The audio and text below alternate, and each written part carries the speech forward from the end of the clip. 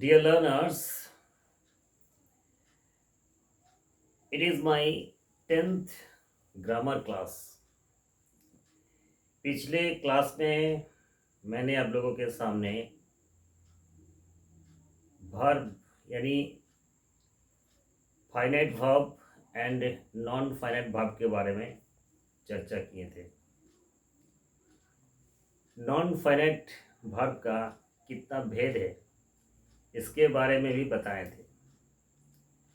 आज मैं क्या करूँगा, नॉन फाइनाइट वर्ब का जो वर्ब है यानी infinitive, participle and gerund, in details में चर्चा करूँगा।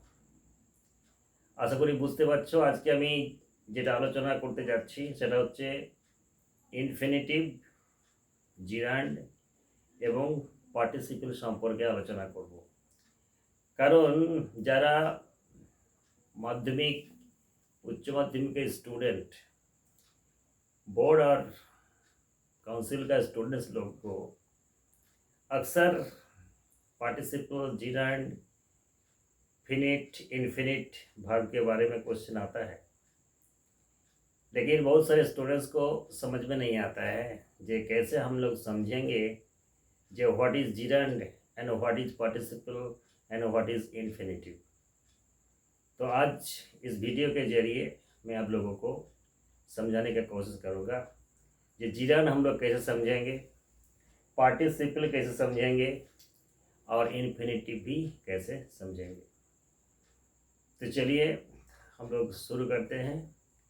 सबसे पहले मैं शुरू करूँगा जिरांड को लेके। जिरांड भी वर्ब है, इन्फिनिटिव भी वर्ब है और पार्टिसिपल भी वर्ब है। तो जिरांड क्या है, चलिए मैं वीडियो के जरिए आप लोगों को तक पहुँचता हूँ। हाँ, तो देखो सबसे पहले जिरांड कैसे समझेंगे ये आप लोगों को समझना है। जिरांड आमी कि देखे बुझबो, आमी आगेर भिडियोते बोलेछिलाम जे जखन भार्बेर साथे आईएनजी जुक्त थाकबे, जेमन टेक टेकिंग, लाभ लाभिंग, फिनिश फिनिशिंग, टक टकिंग, वाक वाकिंग, এই ধরনের ভার্ব ভার্বের সাথে আইএনজি যোগ থেকে যদি এটা নাউনের মতো কাজ করে তবে আমরা তাকে জিরান্ড বলবো। আশা করি বুঝতে পেরেছো। দেখো বোর্ডে আমি লিখে রেখেছি জিরান্ড, পার্টিসিপল অ্যান্ড ইনফিনিটিভ। দুটো এক্সাম্পল দেওয়া আছে। নাম্বার 1 লেখা আছে ওয়াকিং ইজ অ্যান এক্সারসাইজ। देखो WALK वाक, वाक माने की, वाक माने होच्छे हाँटा, जाके हिंदीते बोले टहलना। तो क्या है, वाकिंग इज एन एक्सारसाइज, अर्थात हाँटा होच्छे एक धरनेर व्यायाम, टहलना एक प्रकार का एक्सरसाइज है, व्यायाम है। तो आप लोगों को शायद प्रश्न होगा जे यहाँ जो वाक के साथ आईएनजी लिखे हैं, प्रेजेंट पार्टिसिपल में भी वाक के साथ आईएनजी रहता है, तो कैसे समझेंगे जिरांड है या कैसे समझेंगे पार्टिसिपल है। तो यहाँ इसको हम बोलेंगे जिरांड। क्यों, वाकिंग इज एन एक्सारसाइज। देखो এটা আমি বলছি নাউনের মতো কাজ করছে। কি করে নাউনের মতো কাজ করছে? নাউনের ডেফিনেশনটা কি? Noun is a naming word. Noun is a naming word, অর্থাৎ নাউন যখন কোনো কিছুর নাম বোঝায় তখনই আমরা তাকে কি বলি, নাউন বলি। তাহলে এখানে বলেছে নাউনকে দেখো চিনতে গেলে আরেকটা খুব সহজ কথা হচ্ছে কি দিয়ে প্রশ্ন করা উচিত। যেমন এখানে বলা আছে ওয়াকিং ইজ অ্যান এক্সারসাইজ, যদি আমি প্রশ্ন করি কি এক ধরনের এক্সারসাইজ, মানে কোন জিনিসটা এক্সারসাইজে কাজ করছে, তাহলে ওয়াকিংটা। তাহলে কি দিয়ে যখন প্রশ্ন করা হবে তখন যদি যেটা অ্যান্সার হবে বা যেটা অ্যান্সার পাবো সেটা হচ্ছে আমার জিরান্ড ভার্ব। তাহলে ওয়াকিং ইজ অ্যান এক্সারসাইজ, এটা কি হয়ে গেল? এটা হয়ে গেল জিরান্ড। বোঝা গেছে? ঠিক একই রকম দেখো লেখা আছে সিঙ্গিং ইজ মাই হবি, গান হচ্ছে আমার এক ধরনের হবি। সিং মানে গান করা, এটা একটা ভার্ব, তার সাথে আইএনজি যোগ করা হয়েছে মানে সিঙ্গিং হয়েছে। তো যদি প্রশ্ন করা হয় যে কি তোমার হবি, তাহলে আমরা কি বলতে পারি? সিঙ্গিং আমার হবি, সিঙ্গিং ইজ মাই হবি। এবারে আমি বলি, তাহলে আমরা জানলাম যে কি এই শব্দটা দিয়ে যখন কোশ্চেন করা হবে, व्हाट्स वर्ड से जब क्वेश्चन करेंगे और जो आंसर होगा वो अगर नाउन की तरह काम करेगा तो उसको हम लोग कौन भाव बोलेंगे? जिरांड भाव बोलेंगे। लेकिन जिरांड कभी सेंटेंस में सब्जेक्ट की जगह पर रहता है। देखो এখানে এই ওয়াকিংটা সেন্টেন্সে কোথায় বসেছে? একদম প্রথমে। Singing is my hobby, singing কোথায় বসেছে? সেন্টেন্সের একেবারে শুরুতে। আমরা জানি একটা সেন্টেন্স যখন বানাতে হয় তখন কি লাগাতে হয়? SVO, অর্থাৎ সাবজেক্ট, তারপরে ভার্ব, তারপরে অবজেক্ট। অর্থাৎ সেন্টেন্সের প্রথমে যদি বসে তখন তাকে আমরা কি বলি? সাবজেক্ট বলি। তাহলে এখানে জিরানটা কিসের কাজ করছে? সাবজেক্টের কাজ করছে। ঠিক আছে? জিরান কখনো সাবজেক্টের কাজ করে, জিরান কখনো অবজেক্টের কাজ করে, জিরান কখনো প্রিপোজিশনের অবজেক্ট হিসেবেও কাজ করে, জিরান কখনো কমপ্লিমেন্ট হিসেবেও কাজ করে। তাহলে এখন যে এক্সাম্পল দুটো তোমাদেরকে দেখানো আছে, তাহলে এখানে যদি প্রশ্ন করা হয় এখানে এই যে জিরান ভার্ব কি হিসেবে কাজ করছে, তাহলে তোমরা নিশ্চয়ই বলতে পারবে এরা সাবজেক্ট হিসেবে কাজ করছে, কেননা সেন্টেন্সের সাবজেক্টের জায়গাতে এদের পজিশন আছে। ঠিক আছে? এরপরে আমরা বলবো অবজেক্ট হিসেবে যখন কাজ করে তখন কিভাবে হয়। দেখো फिर हम आ गए हैं आई लाइक টিচিং। এখানে কিন্তু দেখো কি আছে? আই হচ্ছে সাবজেক্ট, লাইক হচ্ছে ভার্ব, টিচিং হচ্ছে অবজেক্ট। পূজা হেডস লাইন, পূজা হচ্ছে সাবজেক্ট, হেডস হচ্ছে ভার্ব, লাইন হচ্ছে অবজেক্ট। এখানে তাহলে আমরা কি বলতে পারি? যদি প্রশ্ন করা হয় যে পূজা কি ঘৃণা করে, पूजा क्या नफरत करती है, तो आंसर है लाइंग, अर्थात झूठ बोलना। তাহলে পূজা মিথ্যা কথা বলাটাকে ঘৃণা করে। উপরে দেখো आई लाइक टीचिंग, আমি পড়াতে পছন্দ করি। मैं पढ़ाना पसंद करता हूँ। क्या पसंद करता हूँ? पढ़ाना। তাহলে এই যে পড়ানো টিচিং, টিচিং ওয়ার্ডটা কোন জায়গাতে আছে? সেন্টেন্সের অবজেক্টের জায়গাতে আছে। তাহলে এটা কিন্তু জিরান, এটাও কিন্তু জিরান। তাহলে এরা কিসের কাজ করছে? এরা কিন্তু অবজেক্টের কাজ করছে। তাহলে আমার কোশ্চেনটা ছিল যে জিরান কখনো সাবজেক্টেরও কাজ করে, মানে সাবজেক্টের জায়গাতে বসে কাজ করে। জিরান কখনো অবজেক্টের কাজ করে, অর্থাৎ অবজেক্টের জায়গাতে বসে কাজ করে। এরপরে যেগুলো দেখাবো সেটা হচ্ছে প্রিপোজিশনের অবজেক্ট হিসেবে কি করে কাজ করে সেটা দেখে নাও। তাহলে এবারে আমি কিসে এসেছি? The king was fond of hunting, অর্থাৎ রাজা শিকার করাটা পছন্দ করত। এর দেওয়া আছে she prevented me from playing there, সে আমাকে ওখানে খেলতে বারণ করল। ঠিক আছে? তাহলে এটাতে দেখো আমরা কি পাচ্ছি? এটাতেও কিন্তু যদি প্রশ্ন করা হয় রাজা কি পছন্দ করত, তাহলে হান্টিং। তাহলে হান্টিংটা কিন্তু জিরান। কি ধরনের জিরান? হান্টিং এর আগে দেখো একটা প্রিপোজিশন দেওয়া আছে অফ, তাহলে এটা হচ্ছে প্রিপোজিশনের অবজেক্ট হিসেবে কাজ করছে। এটাই দেখো ফ্রম প্লেইং, প্লেইংটা কিন্তু জিরান। প্লেইং এর আগে একটা কি আছে? প্রিপোজিশন আছে। এটা কি আছে? ফ্রম আছে। তাহলে এটাও কিন্তু প্রিপোজিশনের জিরান হিসেবে কাজ করছে। তাহলে আমাদের প্রশ্নটা ছিল যে জিরান আমরা কি করে চিনব? জিরান হচ্ছে ভার্বের সাথে আইএনজি এবং সেটা নাউনের মতোই কাজ করবে। জিরান কিভাবে কাজ করে, জিরান কখনো সাবজেক্ট হিসেবে কাজ করে, জিরান কখনো অবজেক্ট হিসেবে কাজ করে, জিরান কখনো প্রিপোজিশনের অবজেক্ট হিসেবে কাজ করে। এছাড়া জিরান কখনো কখনো আবার কমপ্লিমেন্ট হিসেবেও কাজ করে থাকে। তাহলে এটা হচ্ছে জিরান্ডের ইউজ বা জিরান্ডের ব্যবহার। তাহলে এখন কোশ্চেন হচ্ছে জিরান্ডের সাথে আমি পার্টিসিপেলের তুলনাটা কী করে করব, বা how can I diagnose what is জিরান্ড and what is participle.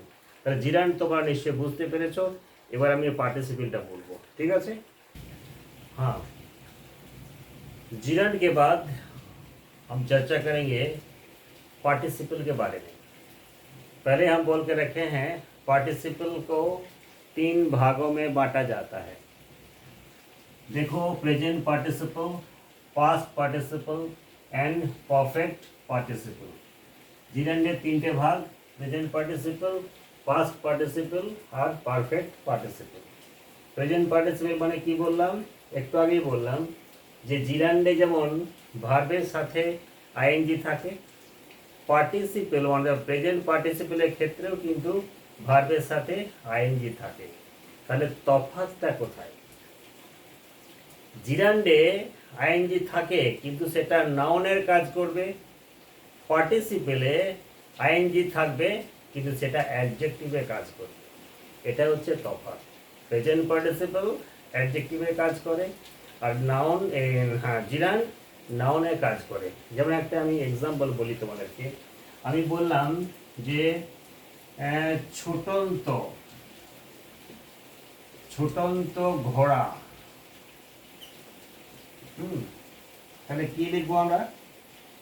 যে ঘোড়াটা ছুটছে, जो घोड़ा दौड़ रहा है, तो दौड़ने के लिए इंग्लिश क्या होता है? रन होता है। तो ये जो run,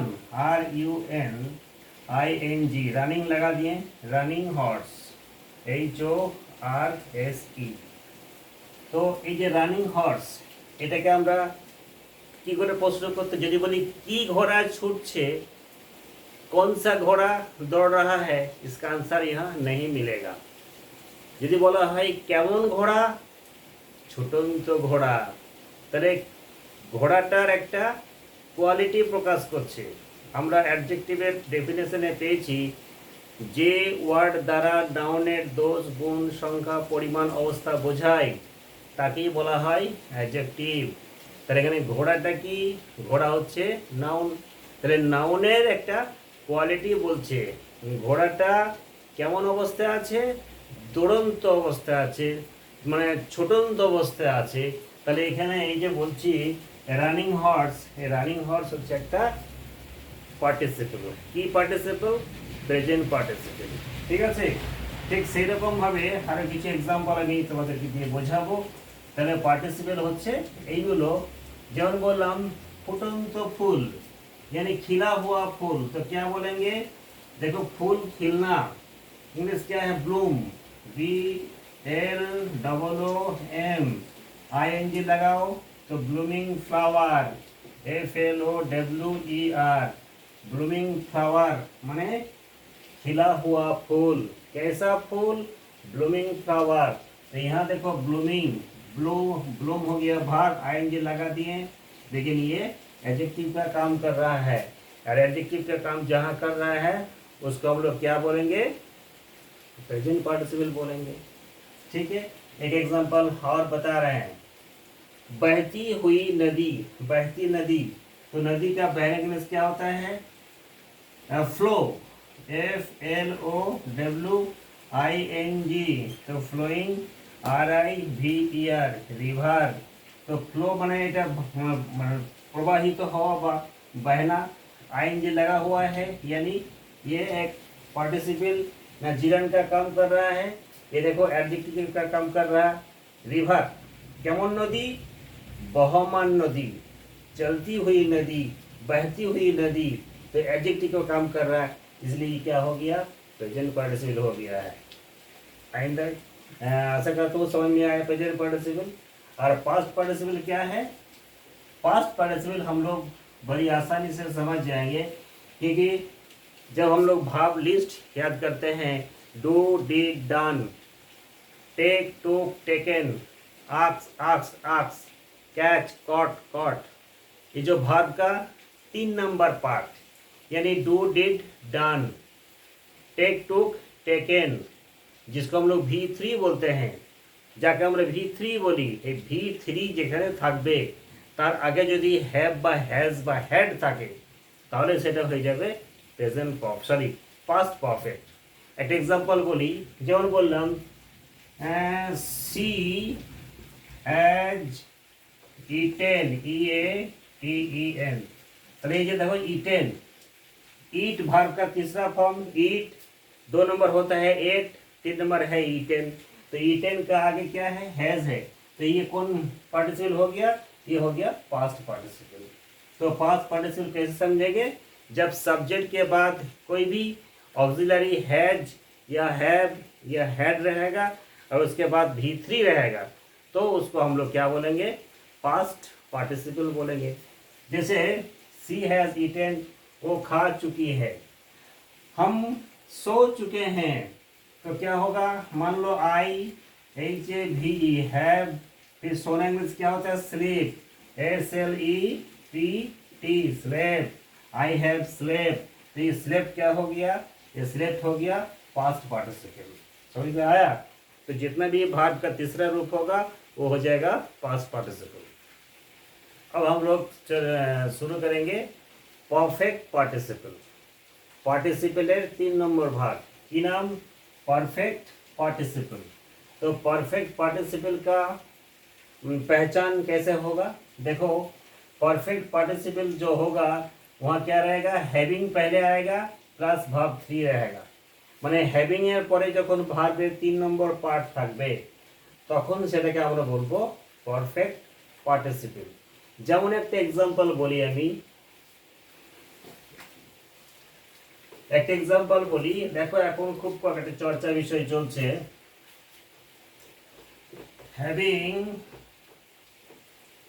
tired, TIRED, comma, doctor Moumita Debnath, NATH, went to take rest।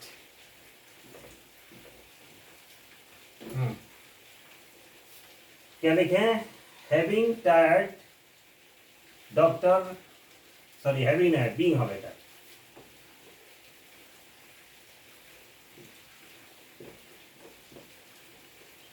being tired Dr. Momita Devnath went to take rest। being tired, देखो having के बाद being के बाद जब verb 3 रहेगा, जैसे देखो being के बाद verb 3 है, अगर having के बाद भी verb 3 रहेगा और फिर सेकंड पार्ट क्या है, doctor Moumita Debnath went to take rest। একটা কথা মাথায় রাখবে, যখন দুটো সাবজেক্ট মানে দুটো সেন্টেন্সের একটা सब्जेक्ट দুটো কাজ করবে, एकटाई सब्जेक्ट दोनों काम करेगा, दो काम करेगा, तब उसको हम लोग क्या बोलेंगे, परफेक्ट पार्टिसिपल। क्लियर, तो এই যে মনে করো ডক্টর মৌমিতা কি হলো, টায়ার্ড হয়ে গেল, ডক্টর মৌমিতা দেবনাথ কোথায় গেল, রেস্ট করতে গেল, তাহলে এটাকে যখন আমরা জয়েন করে করব তখন কি হবে, being tired doctor Moumita Debnath went to take rest. ঠিক এইরকমভাবে আমি আরেকটা এক্সাম্পল দিয়ে বলছি, মনে করো বললাম having, HAVING, having eaten, EATEN, my dinner, DINNER, I went to bed। having eaten dinner I went to bed। দেখো এখানে ঠিক একই রকম ভাবে দুটো সেন্টেন্স দেওয়া আছে, বলেছে হ্যাভিং ইটেন মাই ডিনার, আমার ডিনারটা খেয়ে আমি কি করলাম, আই ওয়েন্ট টু বেড, আমি বিছানায় গেলাম। তো দুটো সেন্টেন্স, আমি বিছানায় গেলাম একটা সেন্টেন্স, আরেকটা সেন্টেন্স কি, আমি আমার রাতের খাবারটা খেলাম। তা দুটো সেন্টেন্সের সাবজেক্ট কিন্তু একটাই। যখন একটা সাবজেক্ট দুটো কাজ করে তখন সেই ক্ষেত্রে কি হয়, এই হ্যাভিং দিয়ে, হ্যাভিংয়ের পরে ভার্বের 3 নম্বরটা লাগিয়ে আমরা সেন্টেন্সগুলোকে করতে পারি। তাহলে এইভাবে আমরা কি করতে পারি, পারফেক্ট পার্টিসিপেল করতে পারি। আশা করি বুঝতে পেরেছো। আরেকটা লাস্ট পার্ট আছে, যেটা হচ্ছে ইনফিনিটিভ আর পার্টিসিপেল, এই দুটোর মধ্যে ডিফারেন্সটা কি, তফাৎটা কি, এটাকে খুব সংক্ষেপে ছোট্ট করে একটা লাইনের মধ্যে দিয়ে বলে দিই, তাহলে আজকের আমার ক্লাসটা এখানে শেষ হয়ে যাবে। তো इसके बाद ইনফিনিটিভ। ইনফিনিটিভ আমি আগেই বলেছি, ইনফিনিটিভকে চেনার একটা বড় লক্ষণ হচ্ছে প্রথমে টু, তারপরে ভার্বের ফার্স্ট ফর্ম। যেমন two walk is an exercise, দেখো লেখা আছে two walk is an exercise. আমি প্রথম ভিডিওতেও বলেছিলাম, এর আগের ভিডিওতে, আজকেও আবার বলছি, এইটা তো ভার্ব ওয়ান, ভার্ব ওয়ানের আগে এটা টু লেগে আছে।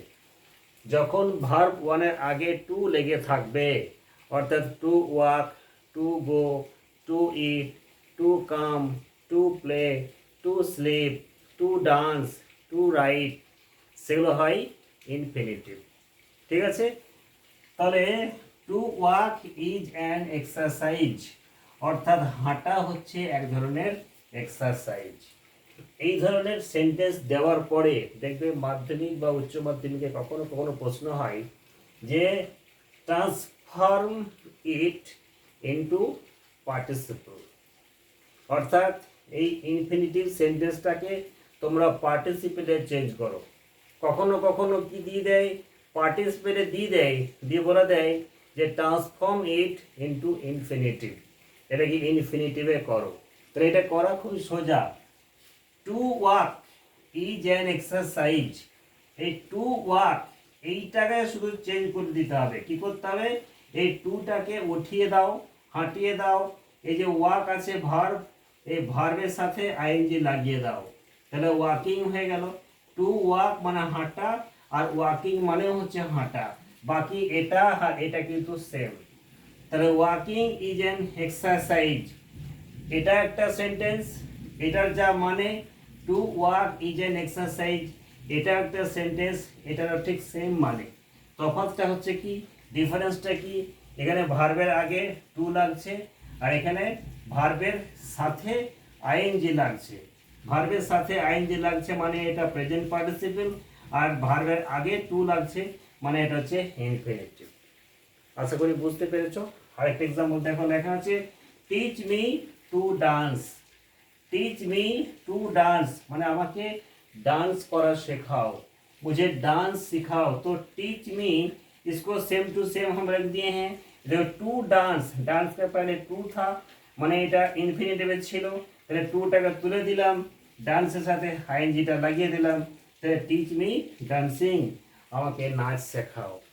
তাহলে এইভাবে আমরা প্রেজেন্ট পার্টিসিপেল এবং জিরান্ডের মধ্যে ডিফারেন্সটা বুঝতে পারবো, এবং প্রেজেন্ট পার্টিসিপেলকে কি করে ইনফিনিটিভে চেঞ্জ করব, বা ইনফিনিটিভকে কি করে প্রেজেন্ট পার্টিসিপেলে চেঞ্জ করা হবে। আশা করি আজকের এই ভিডিওর মধ্য দিয়ে তোমরা বুঝতে পেরেছো, তোমরা নিশ্চয়ই শিখতে পেরেছো কিছু, হয়তো ভালো লেগে থাকবে। যদি ভালো লেগে থাকে তো অবশ্যই এই ভিডিওটা তোমার বন্ধু বান্ধব বা ভাই বোন যাদেরকে তোমাদের ফ্রেন্ড সার্কেলে রেখেছো তাদেরকে অবশ্যই শেয়ার করে দেবে, এবং যদি কিছু বলার থাকে অবশ্যই কমেন্ট করে জানাবে। তাহলে আজকে আমার ডে 10 গ্রামার ক্লাস এখানেই শেষ করছি। আশা করি বুঝতে পেরেছো। এটা চলতে